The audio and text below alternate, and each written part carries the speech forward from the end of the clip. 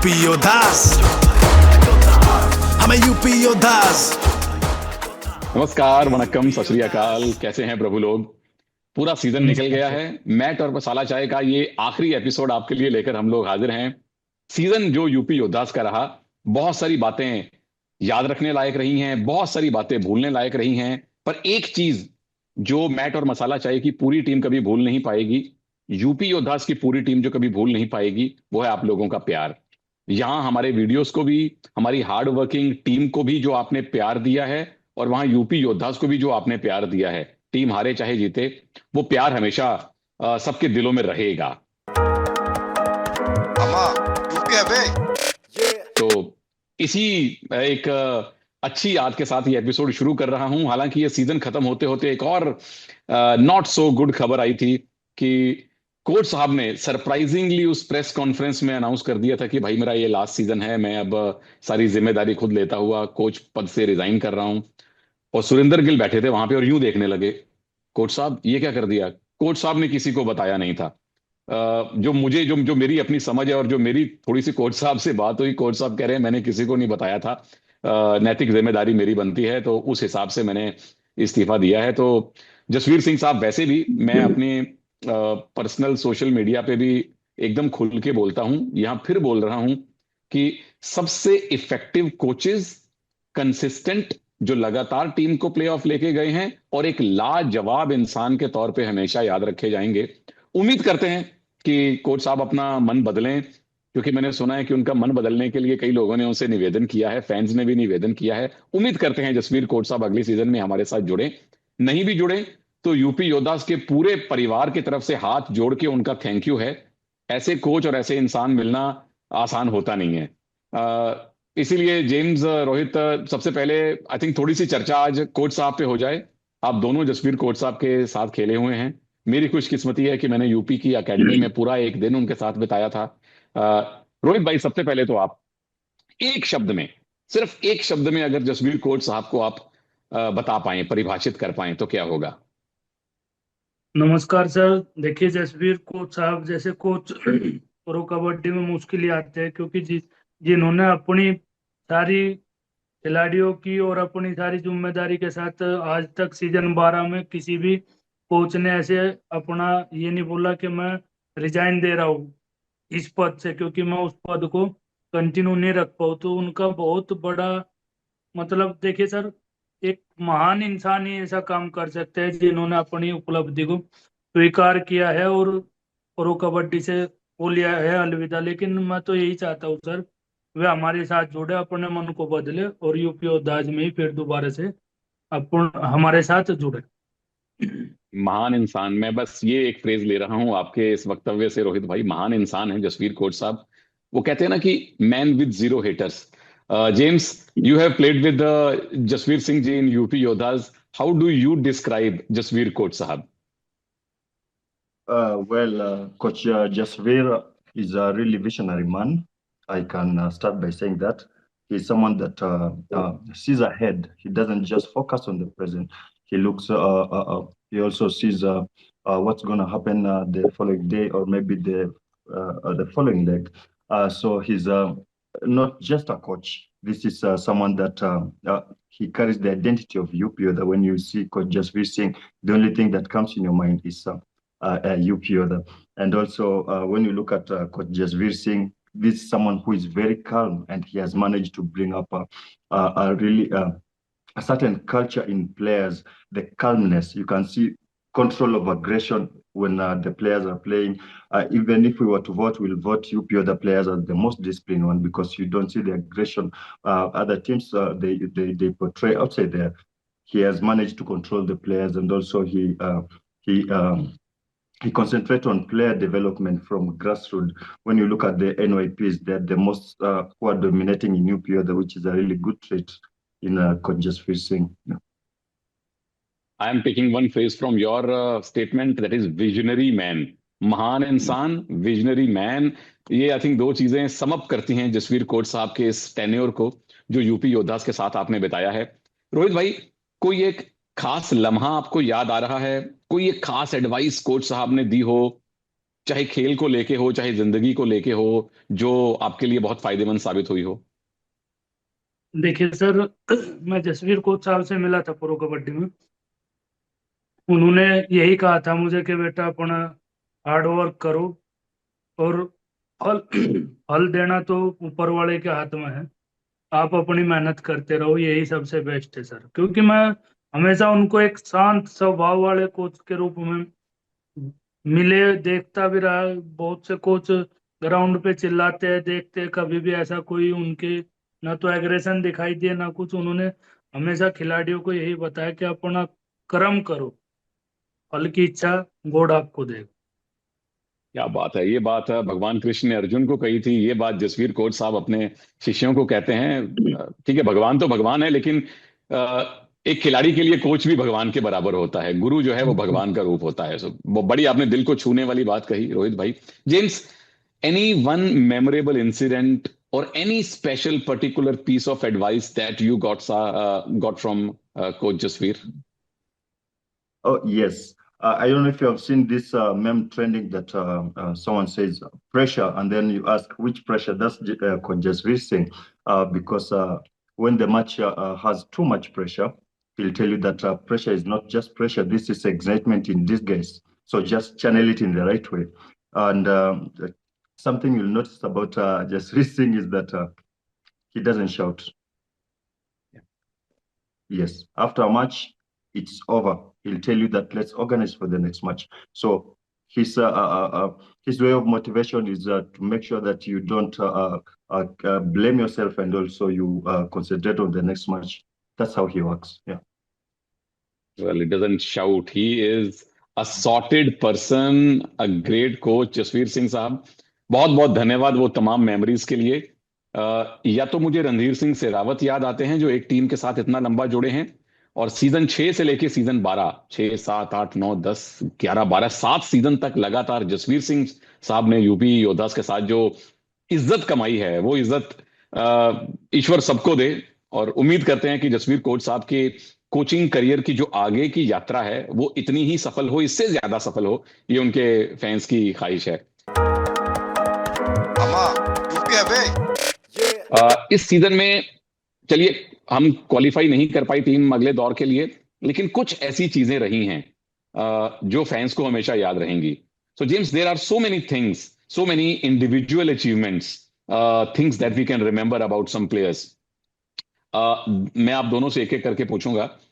गगन गौड़ा ने, रोहित भाई, जो शुरुआत के मैचेस में जिम्मा उठाया था, वो लगातार बोनस लेके आ रहे थे, तकरीबन हर दूसरे मैच में सुपर 10 कर रहे थे। गगन गौड़ा का ये सीजन आप कैसे देखते हैं? देखिए, गगन गौड़ा इस सीजन, देखिए पिछले सीजन उभर के आए थे, हमारी टीम में ही थे यूपी योद्धाज में। लेकिन इस सीजन में शुरू से ही ऑल आउट खेले सर, और उन्होंने करके भी दिखाया। और एक अच्छे खिलाड़ी के रूप में मैं गगन गौड़ा को देखता हूँ, क्योंकि सर हर एक मैच में अपनी निरंतर परफॉर्मेंस देना और टीम को एक सुपर 10 देना, और कहीं ना कहीं टीम का साथ कुछ लम्हों में जहां उसको जरूरत होती थी वहां टीम का साथ नहीं मिलता था। तो ऐसा भी है। और मैं तो गगन को यही बोलना चाहूंगा सर कि गगन और भी अच्छी प्रैक्टिस करे, 3-4 के डिफेंस में भी जाके घर जाके अच्छा स्ट्रगल करे। क्योंकि इस सीजन जो हमने देखा है, कहीं ना कहीं 2-3 के डिफेंस में अपनी रेडिंग थोड़ी कमजोर रही है। तो गगन का अच्छा सीजन था सर, और अच्छा खेला भी है गगन। उन्होंने अपना हार्ड वर्क करके यूपी योद्धाज को ऊपर ले जाने की बहुत कोशिश की, लेकिन नहीं जा पाई। ये तो देखिए बैड लक भी होता है सर। हर 12 टीम आई हुई है यहाँ जीतने के लिए आई है, लेकिन इस सीजन हम सोच सकते हैं कि हमारा बैड लक।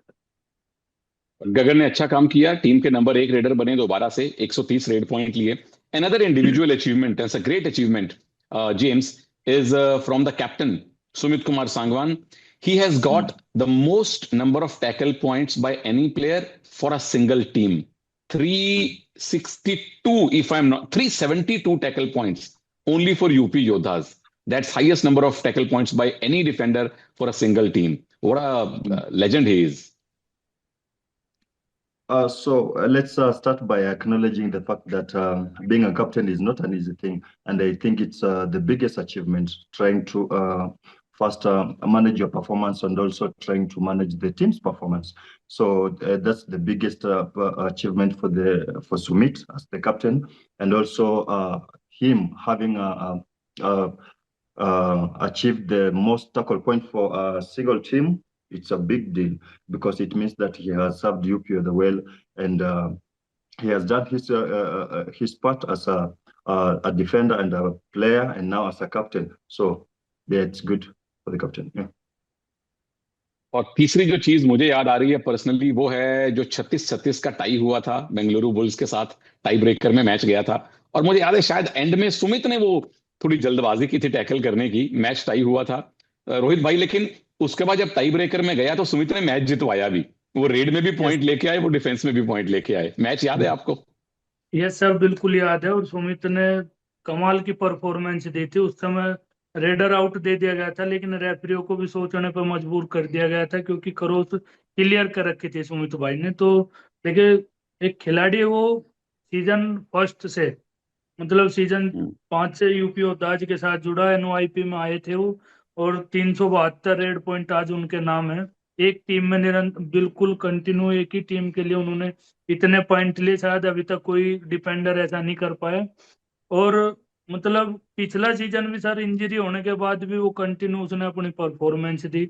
इस सीजन भी एज ए कैप्टन अपना अच्छी परफॉर्मेंस दी, अच्छा खेले भी टीम के लिए, लेकिन कहीं ना कहीं बीच में टीम डगमगाई सर। सुमित का मैच सर बेंगलोर बुल से बहुत अच्छा था, 5-5 रेड में हमारा मैच गया। एक टैकल भी उन्होंने किया, लास्ट की रेड भी उनकी थी, वो क्रॉस भी करके आए। तो Sumit is a great person और अच्छा खेल रहा है सर यूपी ओताज के लिए। तो मैं तो अगले इन आने वाले सीजन में भी सुमित को देखना चाहूंगा यूपी ओताज के साथ ही sir. And James, you always want to, finish any tournament on a winning note. And last night, I mean, when UP Yodhas played U Mumbai, we were trailing and then came back to win the last match. Though we spoiled U Mumbai's chances of going to top 4, but it's always good to end on the winning note. Yeah. So Mumbai is a really good team, and they have been doing great. And I think they expected to beat UP Yodha because UP Yodha has not been doing well in the few past matches. And I think UP Yodha just proved that they are real warriors, because you don't give up a fight in the middle. You have to finish it until the end. So they did what they're supposed to do. And I think everyone is, even though we're not that happy, but everyone finished the season really glad, because it's on the high note, and I think they made us proud at least. Yeah. एक और खिलाड़ी रोहित भाई जिसने proud feel करवाया, हालांकि उसको हम कह सकते हैं कि ज्यादा मैच मिलने चाहिए थे। यूपी योद्धास के साथ पहली बार जुड़े हैं गुमान सिंह, 88 रेड पॉइंट लिए, और जब जब उनको खिलाया गया, इस खिलाड़ी ने हमेशा दिल जीता है फैंस का। देखिए सर, हमारे टीम में रेडर अच्छे थे। आप देखिए बेंच पे भी अपना सुरेंद्र गिल बाहर ही बैठे रहे, बाद के 2 मैचों में उनको मौका मिला। लेकिन गुमान की जितनी तारीफ की जाए उतनी कम है, क्योंकि गुमान सिंह ने जिस मैच में भी उनको उतारा गया, खिलाया गया, लेफ्ट से जब भी वीकनेस दिखाई दी तो गुमान ने अपना 100% दिया है टीम के लिए। लेकिन 100% सारे खिलाड़ियों ने दिया है सर। कहीं देखिए, टीम की जैसी शुरुआत हुई थी, मिडिल में आके टीम थोड़ी बोखड़ा गई, नहीं तो टीम अपनी ट्रॉफी की हकदार थी इस सीजन। और ये हमारा बैड लक कि मानो सर के नहीं जीते, लेकिन गुमान ने जो परफॉर्मेंस दिखाई, 80 रेड पॉइंट लेकर आए, और हर एक मैच, जिस मैच में भी उनको मौका दिया गया उसी मैच में उन्होंने अपना 100% दिया। तो गुमान के लिए बेस्ट ऑफ लक कि नेक्स्ट सीजन में अच्छा खेले भाई। बिल्कुल, गुमान को बहुत बहुत शुभकामनाएं हैं। और गिल पाजी इस बार कम खेले, लेकिन उम्मीद करते हैं कि इस बार आप अगले सीजन में इस बार से बेहतर परफॉर्म करेंगे सारे खिलाड़ी, मौके भी थोड़े ज्यादा मिलेंगे। अब आप दोनों मुझे बताएंगे कि इस पूरे सीजन में यूपी योद्धास का आपका सबसे फेवरेट प्लेयर कौन रहा? James, I will start with you. Who according to you is who is your favorite UP Yodhas player in season 12? I'll go with Sumit Sangwan. This is because he had too much responsibility on his shoulder and still delivered. Let's look at him being the corner. Being the corner, it means that almost all bonus points are taken in the corners. So he has to protect the bonuses.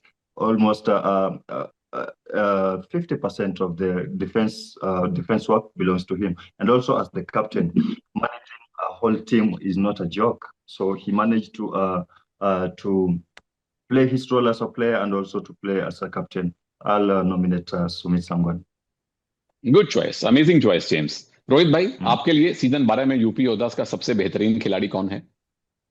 Sir देखिए, as a captain Sumit सागवान, उन्होंने अपनी पूरी responsibility के साथ पूरी UP योद्धाज को एकजुट करके खेला और अपनी अच्छी परफॉर्मेंस भी दी। और सर एक प्रेशर के तौर पे एक कैप्टन के ऊपर बहुत जिम्मेदारी होती है, जो उन्होंने बखूबी निभाई भी है।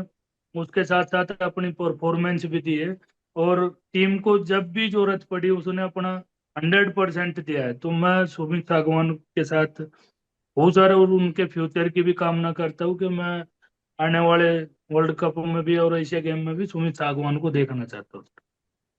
इसमें तो मेरा वोट भी है जी। अगले एशियन गेम्स में या वर्ल्ड कप में जब भी इंडियन स्क्वाड बनेगा, इंडिया के अगर सबसे बेहतरीन कॉर्नर्स चुनेंगे, उसमें सुमित का लेफ्ट कॉर्नर में जरूर नाम आएगा। एक नाम हालांकि मैं इसमें विशाल भारद्वाज का भी जोड़ना चाहता हूं, जो उतने ही एक्सपीरियंस्ड हैं, बेहतरीन खिलाड़ी हैं। पर मेरे लिए सीजन 12 में एक अंडरडॉग की तरफ मैं हमेशा देखता हूं, जो एक छुपा रुस्तम रहता है और काम करता है, और वो मेरे लिए हितेश कुमार हैं। राइट कॉर्नर पे रह के 48 टैकल पॉइंट लिए, नंबर 1 डिफेंडर इस सीजन में यूपी योद्धास के रहे हैं। सुमित आउटस्टैंडिंग, एब्सोल्युटली आउटस्टैंडिंग, पर हितेश यंग हैं और नितेश जैसे दिग्गज की जगह आपने ली है, तो मेरा वोट जा रहा है हितेश को। सुमित ने जो अच्छा काम किया वो अच्छा काम किया, उसमें तो कोई शक है ही नहीं। अमा यूपी है बे। How do the teams handle psychological pressure while playing the game, especially in a tough situation like a do or die raid? For example, you are going on a do or die raid, so obviously there is a pressure, especially when the defense is 3-4 or 5.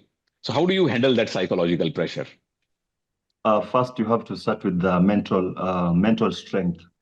This is a mental thing because you have to get a point. You are under pressure, and you have to make sure that pressure does not bring your confidence down.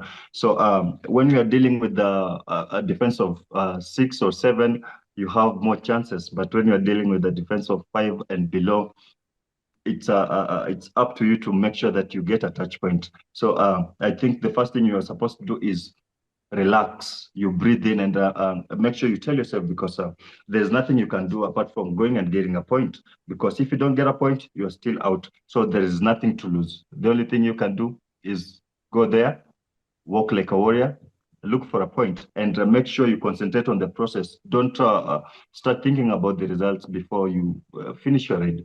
You don't know where the point will come from. You don't know if you get it from bonus. You don't know if a defender will make a mistake. You just relax. Superb explanation. Just focus on the process. Don't think about the result. Well done. Well spoken, James. Rohit भाई, एक fan ने आपके लिए सवाल भेजा है कि एक अच्छा कामयाब कैप्टन बनने के लिए कबड्डी के खेल में क्या क्या गुण होने चाहिए किसी भी खिलाड़ी के अंदर? देखिए सर, एक तो खिलाड़ी को सहनशील होना चाहिए।